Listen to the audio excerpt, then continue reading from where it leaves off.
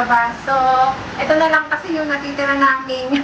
Natitira kong araw na mag-house tour, kaya susulitin na natin. So mga loves, ito na yung bahay na pinagawa ko para sa aking mama at papa. Papakita ko na sa inyo. Alam ko sobrang dami na nag-request sa inyo mga loves ng vlog na ito. Sobrang dami. Ang dami kong nababasa ng mga comments na sinasabi nyo na, Ma'am May, mag-ano ka naman, mag-house tour ka naman. So ito na mga loves, finally, nakapag-house tour na din tayo. Isiningit ko lang talaga siya bago ako umuwi bukas o pumunta kami ng Manila. So ayan mga loves, so mag-start na tayo. Dito po ang aming sala.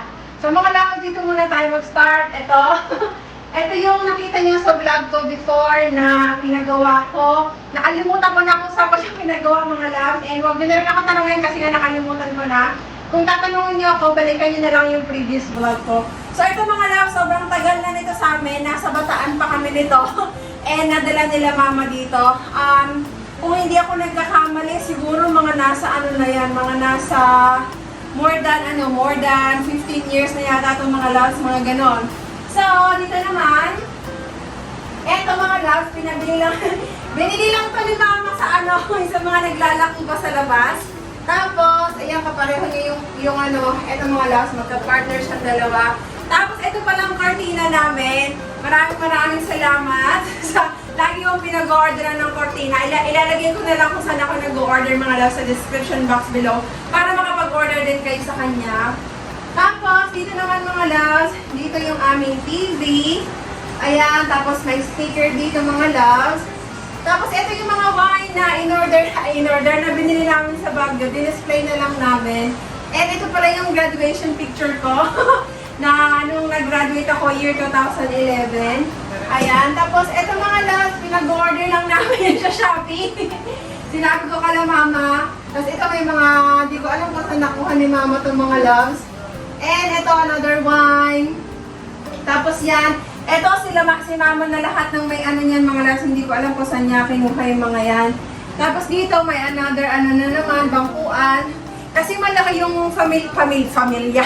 Malaki talaga yung pamilya ko mga loves. Alam niyo naman yun na sobrang laki ng pamilya ko. Kaya itong sala namin eh, sobrang laki talaga. Papakita ko pala sa inyo mga loves. Ito pala, pag nanonood ka, pwede kang maglagay dito ng inumin mo. Ayan, so sobrang comfortable habang nanonood ka. Maglagay ka ng drinks mo doon. And then, magsindi ka lang ng movie from Netflix yon. So, ayan mga loves, ito na po ang aming sala. And pansinin nyo naman ang aming social niyan mga loves, nagpalagay pa talaga ako. Kung mapapansin nyo yung ilaw, mali yun. Tapos ito, tapos meron pang isa doon na ilaw din mga loves, yon. Tapos may makikita kayo ng mga maliliit na ilaw kada sulok. So, bali 6 siya. Wala na, para maliwanag ang buhay. Ayan, so, dito naman mga loves, meron tayong bonggang-bonggang sunflower. Nabinili ko lang, syempre plastic yan mga loves. And ito yung binili ko din, nung binili ko yung, yung upuan namin. Ito, sobrang sobrang matibay itong mga loves. And syempre, may kasama siyang salamin. Ayan, yung asawa ko yung nagka-cameraman, baka makita niyo siya. Yan, tapos ito, pampabango ng bahay. Ayan mga loves, and then dito pala meron din mga upuan kapag may mga bisita at puno na doon. Dito pwede rin umupo mga loves. Ayan. Okay, so ito na po ang aming, ito yung mga loves yung kabuuan ng aming sala. And then dito naman yung kwarto namin. Pag umuwi kami, kwarto namin ng asawa ko. Pag nandito pag wala kami, kwarto nila mama. So slash mga loves, kwarto namin / kwarto nila mama. So, ito na mga loves. Pasok na tayo. Let's go! So, una nyo makikita dito mga loves, dito banda, ito yung mga puon-puon kasi Roman Catholic kami. And ito, sobrang tagal na rin to sa amin mga loves. From Bataan pa din to, dinala ni mama. Tapos, meron ditong maliit na TV. Yan. Tapos, meron tayong aircon. Yes, yun ang pinakagusto ng asawa ko. Kasi ito lang yung room na may aircon mga loves. Yan lang talaga. Kaya dito kami tumatambay kapag sobrang init. Kasi nga, pinisinda lang namin yung aircon. And then, ito yung kama din na in-order ko. Napanood nyo na yata yung mga loves. So, ito rin yun. And ito rin yung cabinet na in-order ko. Napanood nyo na rin yung mga loves. And then, dito nilagay ni mama yung kanyang mga bags. Ayan mga loves, yung coach niya. Lahat ng mga binigay kong bags kay mama. dito niya nilagay. Tapos yung mga perfume, mga pabango, mga lotion niya. Tapos dito niya rin nilagay yung mga iba nilang mga gamit-gamit. Tapos, hindi ko napapakita yan dito mga loves kasi nga, ano na yan, parang nilalagay nila mama ng mga sobra-sobrang unan. So, ito yung aming unang kwarto, mga loves. So, punta naman tayo sa another kwarto. So, ito yung sala namin, di ba mga loves? So, meron tayong sliding door, egg. So, pag binuksan mo yan mga loves, taran! So, ito na. Welcome to our kainan! So, ito na yung aming kainan mga loves. So, dito kami kumakain. Ito yung in-order ko din na nakita niyo rin sa vlog mga loves. Ito yon. So, bali 8-seater siya. Tapos, dito pala mga loves, mapapansin nyo na dito ko nilagay yung sobra na sofa kasi wala nang space doon mga loves. So, dito ko na lang siya nilagay para kapag naghihintay, kapag napupupo ka na, dito ka muna maghihintay. Ayan. Kasi dito yung ating CR. Pero bago ko ipakita yun mga loves, pansinin nyo naman muna ang magagandahang halaman. Hindi ko alam kung anong tawag yan, pero kay mama yan. So, dito naman nakalagay ang mini ref nila. Maliit lang yung ref mga loves. Tapos, ito yung binigay ko kay mama na water dispenser. And meron kaming wok. And meron pa rin kaming pa-electric pa naman sa taas. Ayan mga loves. O, di ba, bongga-bongga. And then yung mga maliliit na mga loves, maliliit na ilaw din. And of course, dito, makikita nyo rin, syempre, nasa kapag kainan tayo. Di ba pag mga Roman Catholic, palaging may mga ganito, the Last Supper. So, yan, meron din kami yan mga loves. And then, ikot tayo. Dito lang tayo iikot. So, meron tayo ditong lagay ng mga sapatos. Ito yung mga lagay ng sapatos nila.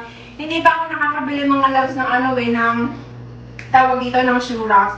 Then next time, yun naman yung susunod nating bibilin. So, pasok tayo. Ito yung kwarto ni Irene. So, let's go mga loves sa kwarto ni Irene.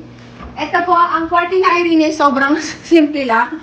Nagpaalam ako sa kanila mga loves kung pwede ko bang i-vlog. Siyempre, sasabihin nila, yes, kasi ako nagpagawa nito. So, ito yung kwarto ni Irene. Simple lang mga loves. Siya lang mag-isa dito natutulog. Kasi nga, kasi si Irene, gusto niya siya lang. Malikod siya sa, sa higaan. Tapos, meron siyang alarm clock. Tapos, may pa-ekle-ekle, may mga frame pa siya. Tapos, meron siyang wall clock dito na hindi ko naman masabi kung gumagana o hindi. And, meron siya dito maliit na, na tawag dito, na cabinet, lagayin niya ng mga damit-damit. So, hindi ko na papakita yun mga loves. And meron pala siyang electric fan doon sa taas. Ayan mga loves. So, ayan ang kwarto ni Irene. So, pumunta naman tayo mga loves sa kwarto nila ate. Ay, pansinin niyo naman pala ito mga loves. Oh. Ito yung pinagawa ko na malaking salamin, di ba? Ang ganda niya, no? Para kapag minsan, pag gusto mo habang kumakain, pag nandun ka sa dulo, parang makikita mo yung sarili mo dito. Saka minsan, paglabas nila ate, paglabas ni Irene, nagsasalamin sila dito. Yeah, so pasok tayo mga loves sa kwarto ni ate. So, let's go! Pasok tayo sa kwarto nila ate mga loves. Ito, pinakamaraming laman kasi si ate, yung asawa niya, tapos yung tatlo niyang anak. Dito sila nagsisiksikan mga loves. Dapat pala pinalakihan ko to kasi nga, madami sila. But, nagawa na kasi siya mga loves. So, eto na, pasok tayo sa kanilang kwarto. Ayan. Ito po ang kanilang kwarto na masigit na masigit.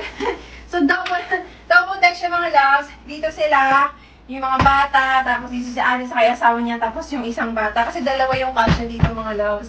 Tapos, ayun yung mga Barbie ng mga anak niya na ayaw pa niyang ipamigay kahit hindi na nagba-Barbie yung mga anak niya. Kasi mga loves, si ate, sobrang sobrang sentimental na yung tao.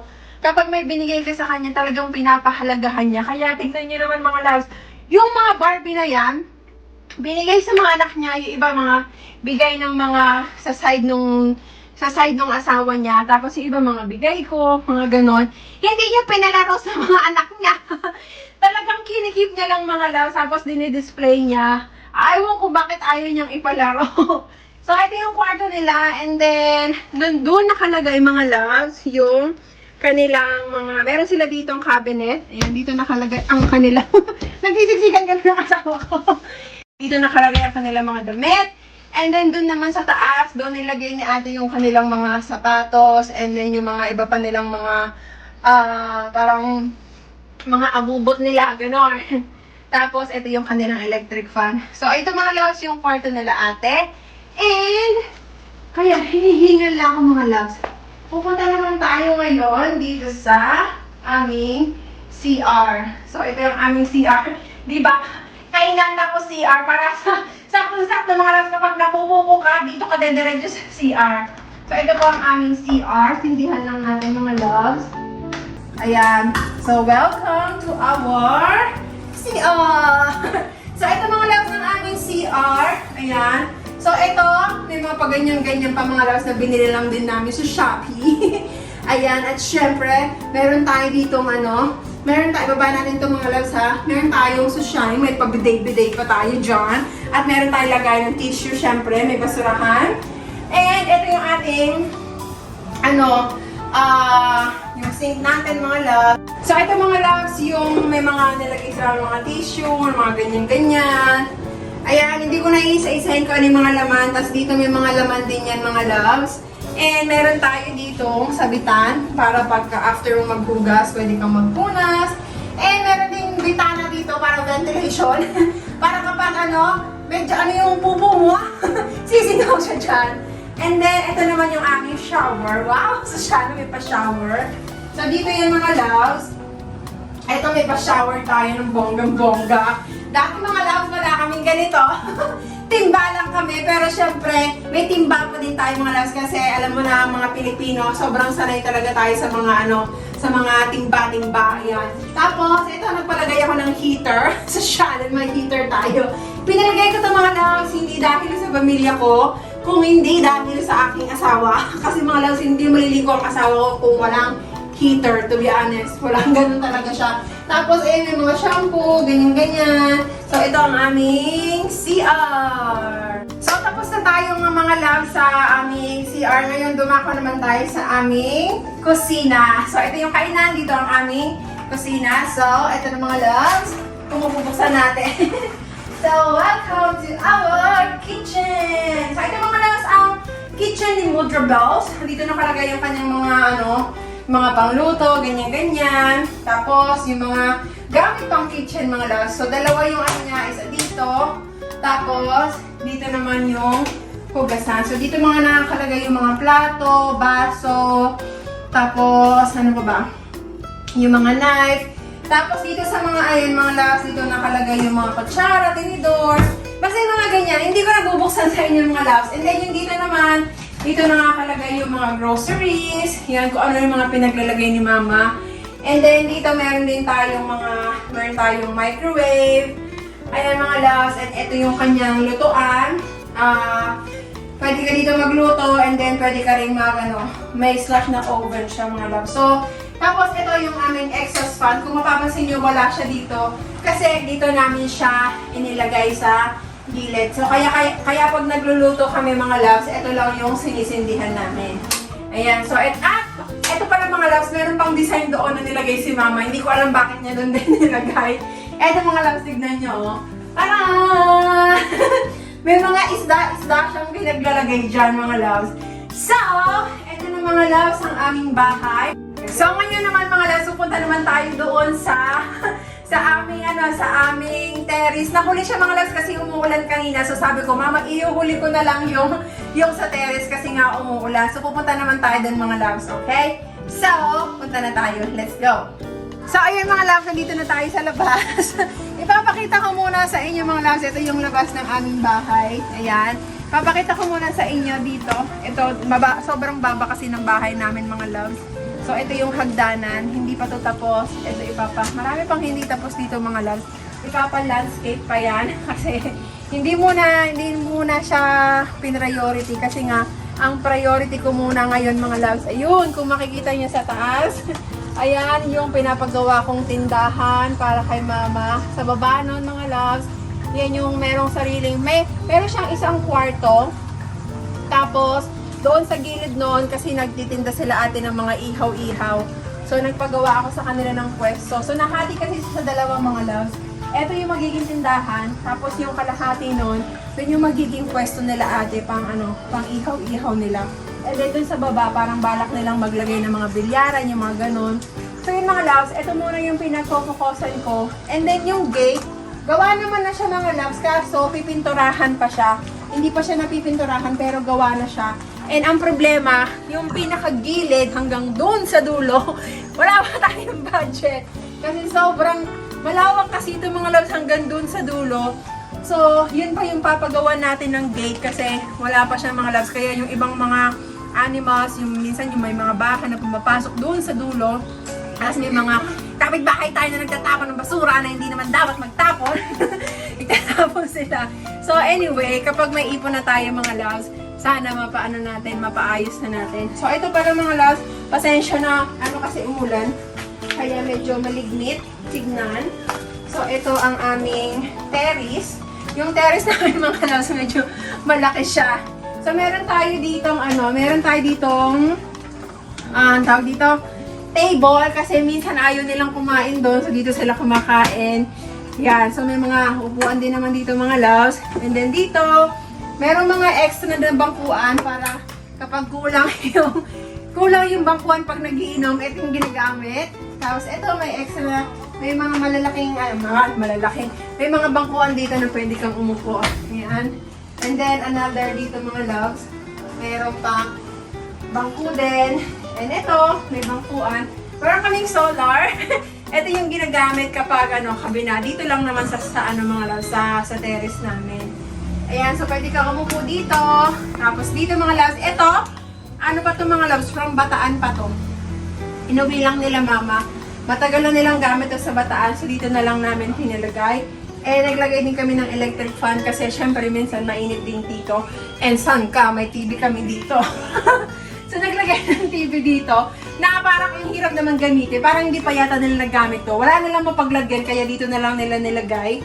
Ayan, so meron mga halaman dito. So ayun mga loves. And ito pala yung binigay namin yung binili namin sa Baguio. God bless our home.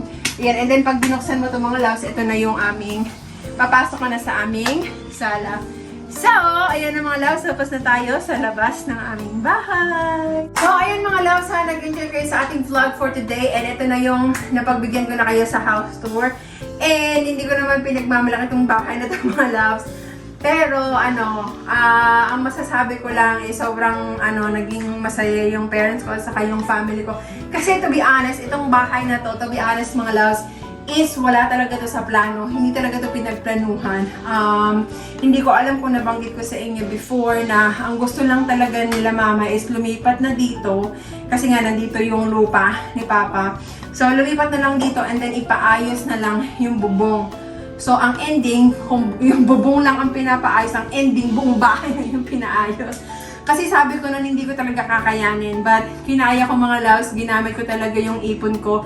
And natupad ko na rin naman mga loves yung pinangako ko sa parents ko na balang araw mapagpapatayuan ko kayo ng bahay. So itong bahay na ito mga loves is para talaga to sa mama at sa papa ko. Sila ate dito na muna tumitira kasi nga wala naman silang ibang matitirahan. So sabi ko naman sa ate ko kapag na sila, pag stable na sila, meron na silang. Kasi si ate nag-aaral siya mga loves So next year, magiging 4th year na siya. Yes, makakaraos na rin ako.